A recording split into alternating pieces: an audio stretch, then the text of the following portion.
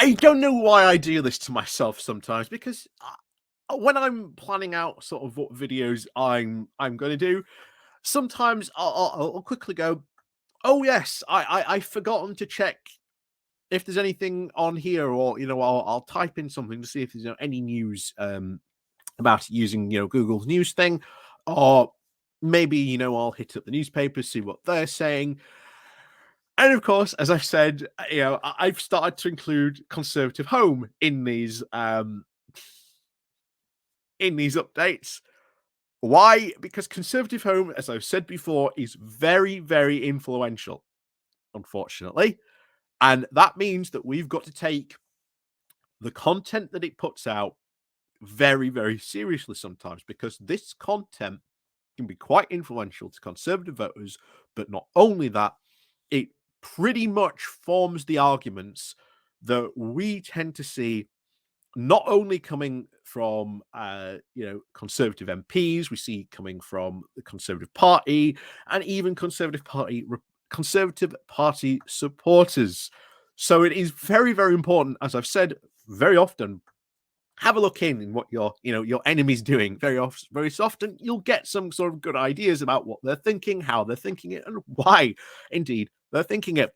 And of course, today we're going to have a look at more talks about regulation, or in this case, deregulation, but seems to be now at least wanting to be changed away from regulation, because I think the Conservatives are at least realizing that regulations overall are actually seen as quite a positive thing.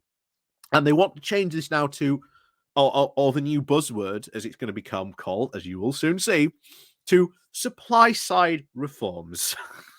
So get in, strap yourselves in, because this is going to be a good one. So, as always, guys, before we begin, please do remember to hit that like, share, and subscribe button. And of course, do remember to ring the bell as well. So, down below, there are links to my Patreon page, the one-off donation link called Buy Me Coffee, where you can buy me coffee. There is the YouTube thank you button, and of course, the Pony Club down below as well in the doobly-doos. So, as always, guys, thank you very much to all those people who do help support the channel. Even if you do, just click the like and share button. It does help out the channel massively. So, let's get into this, because I'm looking forward to this. I'm looking forward to this. So, this comes from Conservative Home.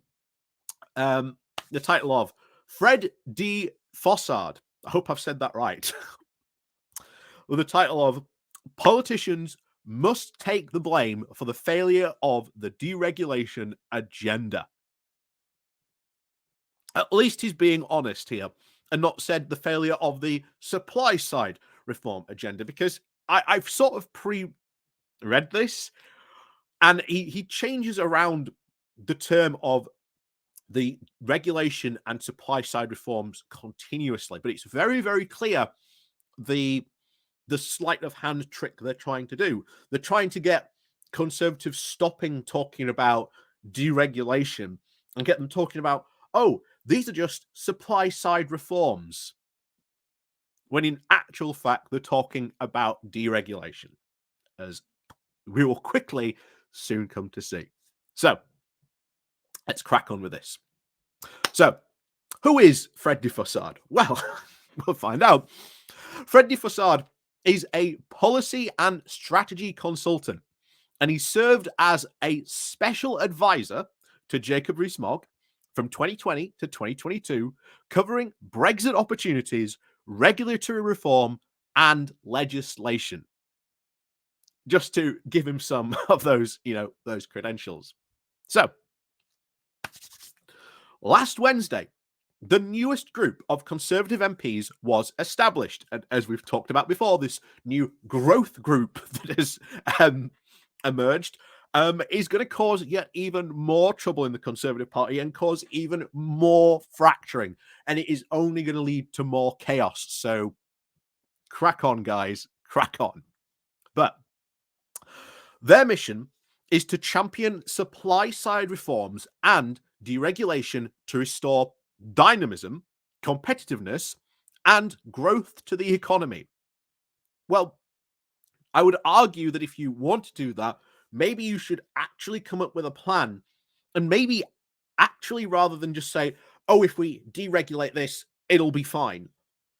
Maybe you should actually start saying why those regulations were brought in the first place, but also what effect those regulations are going to have. And trust me, Fred here, in one part, gives the game away very much so why they want to, shall we say, take away things like impact assessments.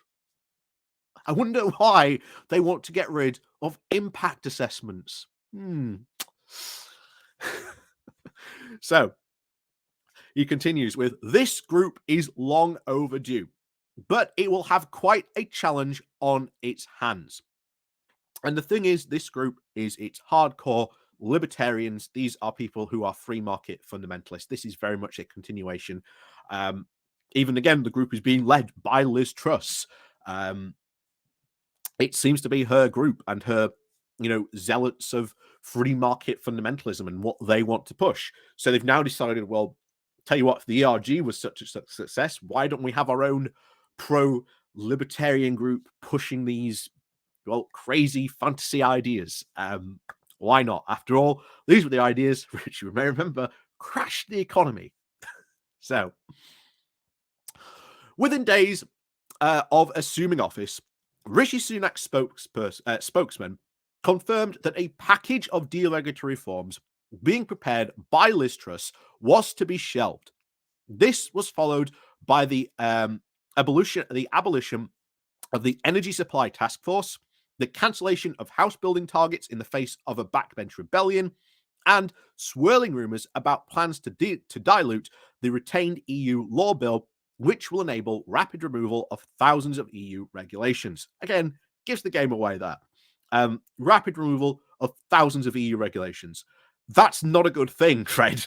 That is not a good thing at all, as we've covered before on this channel, because it is very, very likely, as all the experts have said, in all these fields, if you do this and if you remove these laws at this pace, not only is it reckless, but you risk massive legal black holes being blown open in the British statute book, because we have built on EU laws.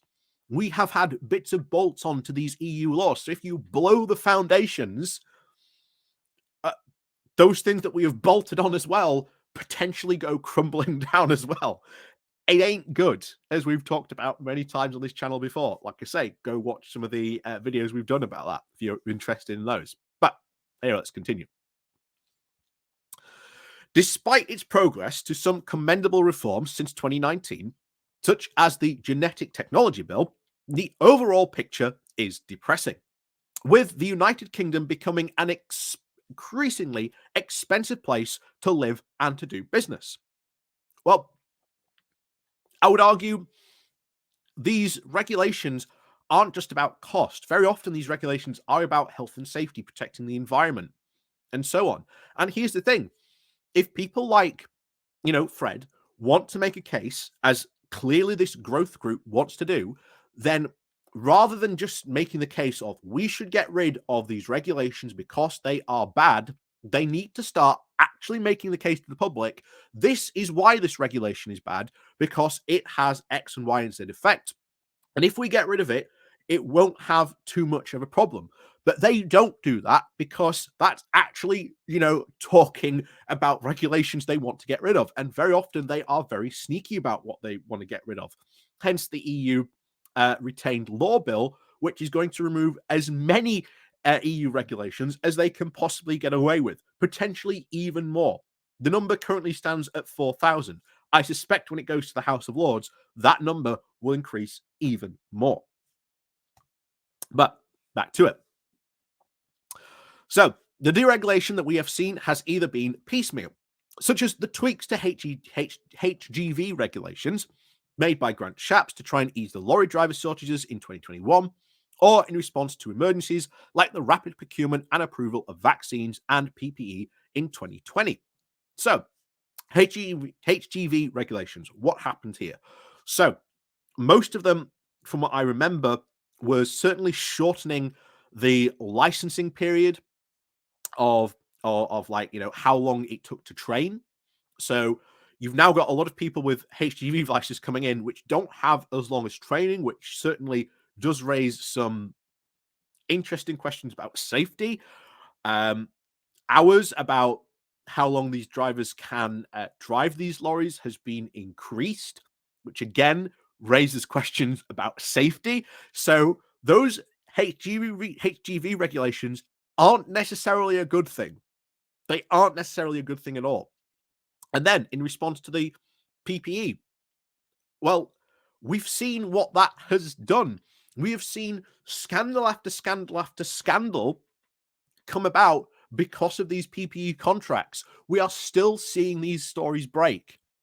So those changes to the rapid procurement of these certainly seems to not have been that good. And of course, this is what these people who want deregulation don't talk about. They don't talk about very often if they remove a regulation. They never talk about if there is a bad consequence of the removing that regulation, or talking about, well, maybe do we need to go back, or maybe do we need to look at this regulation again. They're like, no, we don't need to look at this regulation at all. Let's just put it, move it to one side. There's no problem. That's just deregulation. That's a good thing. But that's the point of many of these people who want deregulation.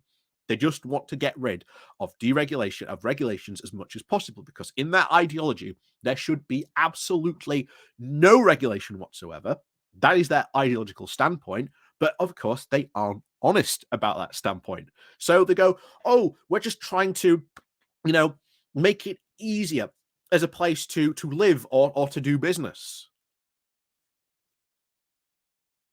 Very often, it's not regulations causing that. It's a lot more going on than just regulations, and of course, it is a good excuse to go, oh well, that's just regulations.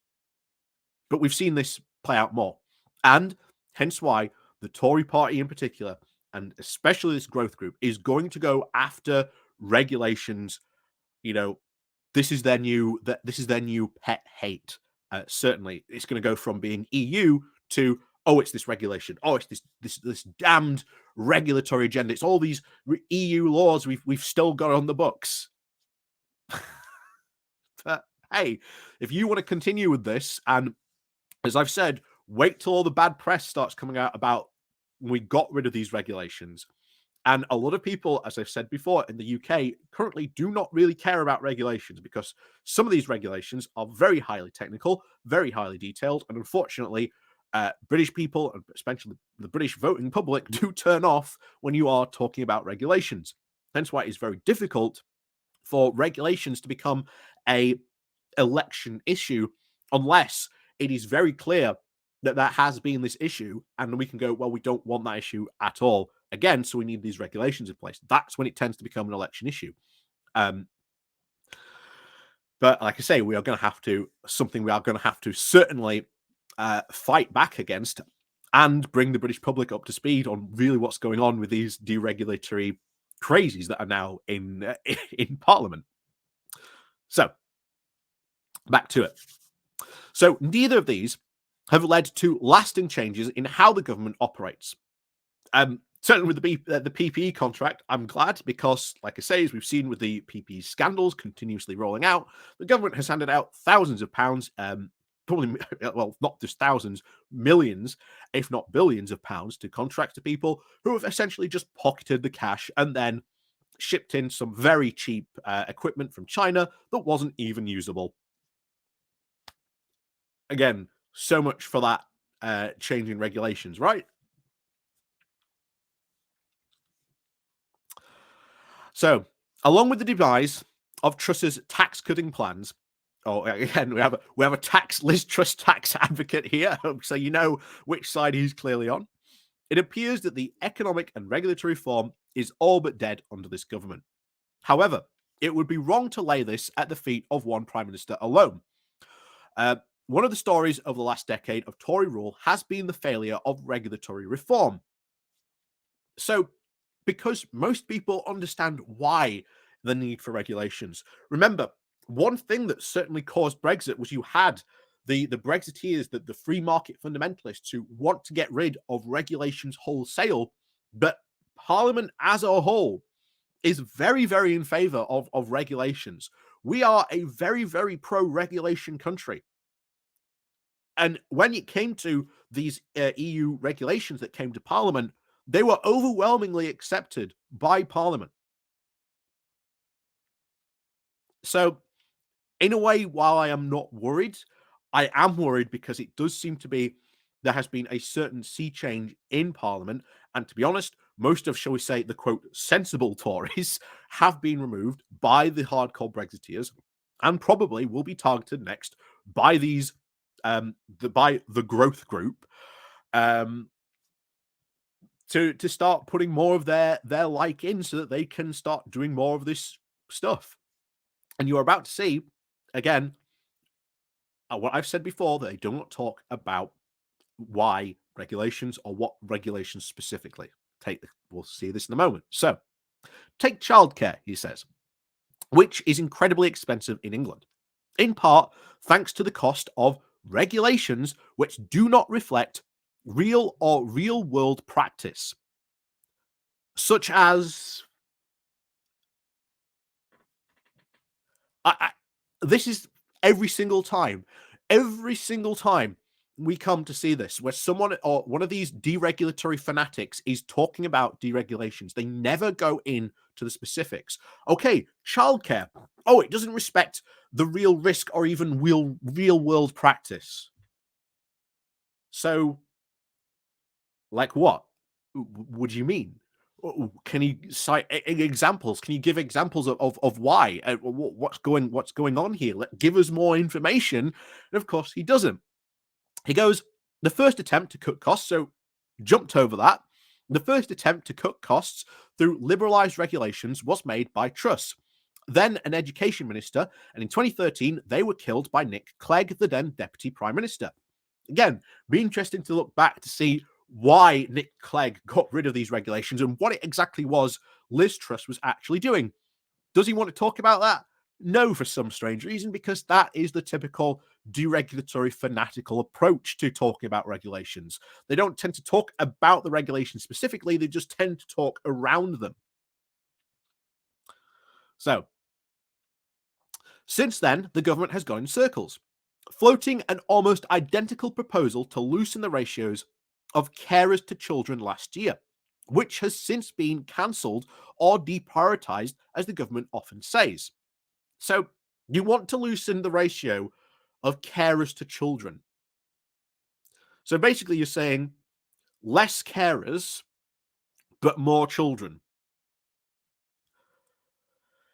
That, to me, seems something we should probably regulate, because I do not think if parents are going to put their children into childcare, they want to make sure that the place they're putting their children into childcare, that their children are going to be looked after, that there is going to be enough carers to look after all the children that are there. So I can see why that is a regulation.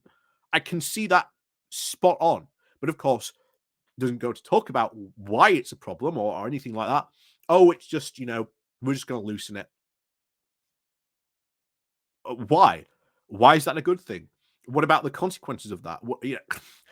Once again, as we said it, these deregulatory fanatics do not want to talk about regulations, the why, the how, or the what ifs.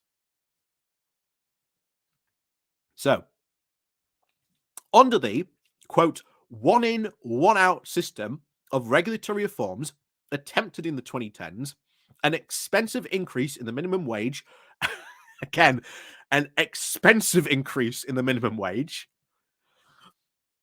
was supposedly balanced out by the liberalisation in fishing rights for sturgeon. When the plastic bag charge was introduced in 2015, civil servants apparently justified this as a deregulatory measure, as it means that businesses were no longer required to offer carrier bags free of charge. Okay, fine. You now pay, what is it? 5-10 pence a plastic carrier bag. Fine, good. I think people should, to be honest, because plastic carrier bags are a scourge on the environment. And, it certainly encourages people to bring their own, bags for life around when they go shopping. This is not a massive change to people's lives. If you need a carrier bag, well, pay you 5 pence, bang, you've got yourself a plastic carrier bag. It's not really a massive burden on people, to be honest, but you can see the the language used here, and quote, expensive increase in the minimum wage. This guy clearly doesn't like the minimum wage. That's for certain, given by the language. But yeah, the one in, one out system is not a good idea. You cannot just go, well, we want to bring in this regulation because it's really important, but now you're saying if we want to bring in that regulation, you've got to get rid of one. That doesn't make a lot of sense. And what essentially that does is it's an attempt to, again, tie the hands of the government not to regulate, which is, again, the exact point of what these deregulatory fanatics want. So, this failure has drawn many commentators to say that the Tory interest in reducing the size of the state is misguided or irresponsible in the modern era. I disagree. Supply side reforms are one of the surest weapons against inflation to increase growth, competition, and prosperity. So, again, what do you mean you want to get rid of? Plus, again, he's talking about reducing the size of the state. That's not deregulation. That is reducing the size of the state. Now, there may be, you say, you want to give them less sort of regulatory powers, fine, but obviously that comes at a cost, potentially in environmental standards or anything like that. That is going to have knock-on consequences. And reducing the size of the state is not the direction that we have seen governments go for years. Governments have gotten bigger because they are expected to fulfill more tasks. So they've had to get bigger. And once again, you see another point, which he's not really, again, saying they want to reduce the size of the state. But of course, they don't really very often, or at least are honest about what they want to reduce. And what they're really saying there is that they want to get rid, again, inflation, increased growth, and competition and prosperity. Well, exactly how and what regulations exactly would do that? And what exactly in the government are you going to get rid of to ensure that that happens? Because now you're saying you're going to get rid of potentially whole government departments, or even defunding government departments that very often oversee the regulations that, keep people safe at work, animal welfare, environmental welfare, you name it. And so again, he's trying to obscure what his true agenda is, but it comes out every so often.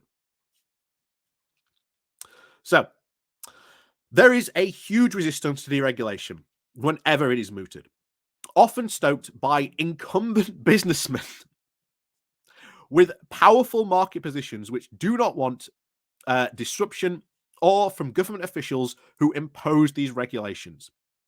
So, first of all, these are not imposed.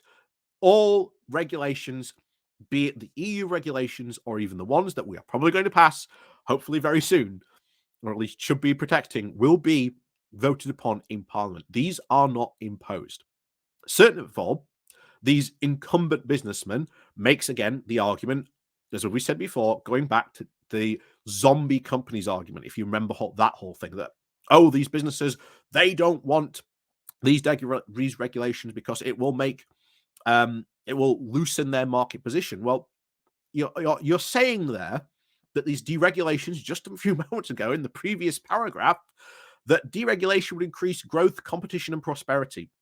So if you did get rid of these positions and this business is as powerful as you say, why would then it not increase their growth?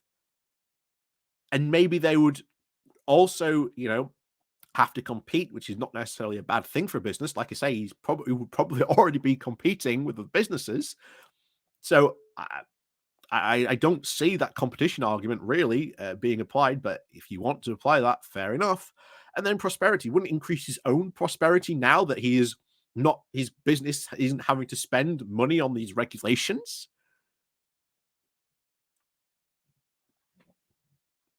to say these are all genuine questions that they do not want to answer.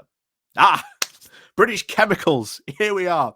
So, the British chemical industry, for example, campaigned against the European Union's introduction of its restrictive REACH regulations, but did an about turn after their introduction. For once they've spent the money complying with these regulations, they have an interest in keeping them in place to reduce competition from new businesses. No, the again, I disagree when he says the entire British chemical company campaigned against these. We have only seen one British chemical company, and the guy who runs the British chemical company is an ardent Brexiteer. He's very much an ardent Brexiteer. The rest, I think, of the British chemical industries, and unless you again, Fred wants to sort of prove us wrong, I think we're very, very much in regards to these regulations. Most of these regulations are again about sort of protecting workers who work in the chemical industry. They're about making sure that there aren't chemical spills, or at least when there is a chemical spill, the company has to take responsibility. It's about registering what dangerous chemicals those companies might be making or supplying, where they're transporting it. All these regulations make sense. And guess what? If you do not comply with those regulations, you cannot trade with Europe. So why, if you get rid of these regulations and you're a British chemical company that does business with Europe, you still have to follow those regulations? Just because you change one regulatory regime here doesn't necessarily mean that A, it's going to be good for these chemical companies, or B, that it's going to actually improve their competition or prosperity or even their growth. So, the same case can be made with regulations about selling junk food in supermarkets. Supermarkets which begrudgingly paid to recognize their shops subsequently complained about the process of these regulations being removed. Yeah, because British supermarkets know that actually these regulations around, again, the selling of junk food, primarily to help prioritize, healthy food, healthy living, is a good thing. But again, there you go. So, the voice of the competitor or the consumer suffering worse service, fewer products, or higher costs is rarely heard, because very often, due to these regulations, not only are these customers getting a better service, because half the time that's what regulations very often are about, to make sure that, again, customers do get a better service. That's what indeed some regulations are about. Fewer products.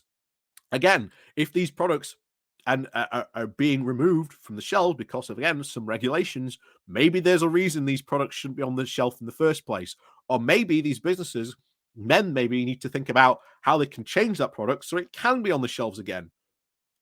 That's competition. And then, of course, higher costs. Do regulations make higher costs? Yes, to the business. But it's not very rarely passed on to the consumer. And if it is, what we've seen from regulations for years is you're talking pence, literally, at the most. Unless he can come up with any examples of where a regulation came in and then a product got expensive because of a particular regulation, I cannot see any of that argument holding weight. So, much of the fault for this unfortunately lies with the politicians themselves, who often have failed to articulate both the problem they wish to solve via deregulation and the way it will benefit the Conservative voters and wider society, leaving their ideas vulnerable to attack as threats to standard safety or welfare. But very often, that is what they are. That is what they are. When they have articulated what they want to do via regulation, which they very often do not, it is very often lowering a standard, which is not what people want when it comes to sort of environment, food protection, workers' rights, do not want.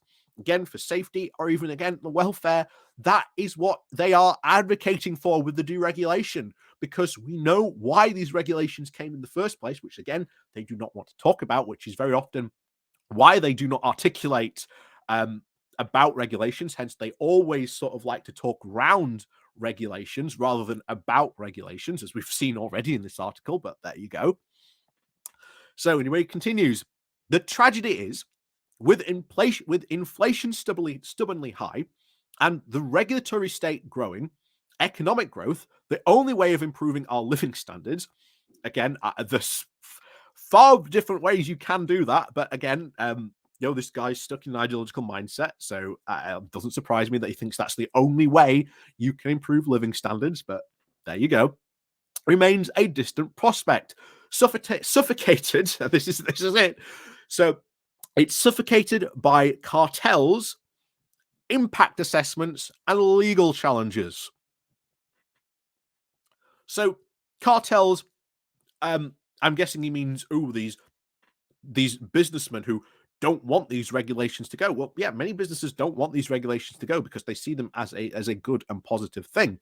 When Jacob Rees-Mogg reached out to the business community, of which you were a member of his team at the time, none of these businesses came back and said, yeah, we don't want to change the regulations because it would cause more problems for our business. You should know that. That's not a cartel. That is the business community advocating to you, which you've advocated for, that these businesses have a voice, which Jacob Rees-Mogg gave them, and then has ignored because of the EU reform bill. What about that? Does that count? I don't know.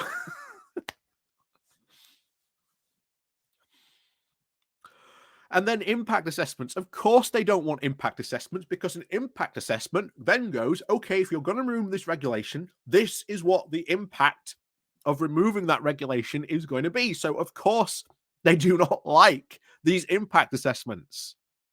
We have seen them advocate openly against having any form of impact assessments done, and have actively hated any government department and discouraged them from putting out impact assessments.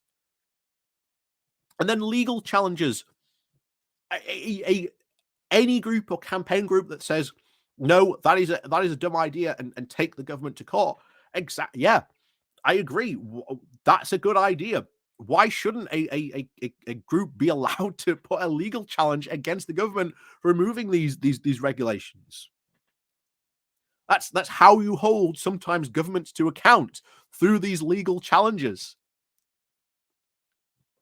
Again, you can already see what they're trying to do to create this no regulation agenda by having no input from businesses or anyone else, because they're just part of the cartel.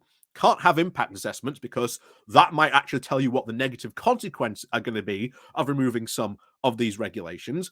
And then, of course, no legal challenges, because we can't have anyone challenging what the government wants to do. So back to it. The problem is ultimately one of policy and legislation, and its effects are far reaching, especially in infrastructure and housing. Oh, we've already been going half an hour on this, but I think you get the point. I think you get the point by this. That this guy is fully against sort of regulations, and certainly the direction really the Conservative Party seems to want to travel in. Whether they will actually successfully travel in that direction remains to be seen. The Conservative Party has for a number of years been very split when it comes to regulations. We'll see. We will have to certainly see what happens if this goes forward. But as you've seen, what this guy's agenda is, and certainly from this Conservative growth group, it is to push a fanatical deregulatory agenda, that the government is not involved in the market, so that basically we can have this low regulation, low profit everything, and it'll be fantastic. It'll be fantastic, guys. It'll be wonderful. Trust us. You've only got to look at America in their very, very low chemical standards. certainly compared to ours and compared to Europe, there is a chemical spill practically once a week. And some of these spills do cause a lot of environmental damage, uh, damage to all kinds of stuff. And over there, because of the very successful attempt by the sort of Republicans, regulatory bodies are very weak in enforcing these regulations or even punishing the companies that end up doing these spills in the first place. And as a result, it costs the American taxpayer hundreds of thousands of dollars to have to deal with that. It is far better to have these regulations in place so that it prevents these types of things in the first place. But that is the direction that these conservatives want to travel in. That is why we have to start talking more about regulations and start talking and challenging them when they talk about this deregulatory agenda. That's important. And I hope I've at least pointed out to you what their true agenda really is, to turn it into this free market libertarian paradise they see the UK being, which, bear in mind, is not a very popular ideology. And when people really discuss it, they don't really want it. And so, yeah, I hope I've given you some more into that. But yeah, it's been a long video already. Yeah, but it gives you an idea of what their true agenda is. But yes, hopefully you've enjoyed that. And like I say, as always, down below there are links to my Patreon page, my One Foundation link called Buy Me Coffee, etc., etc. You know the drill by now. And of course, as always, guys, we'll see you all next time.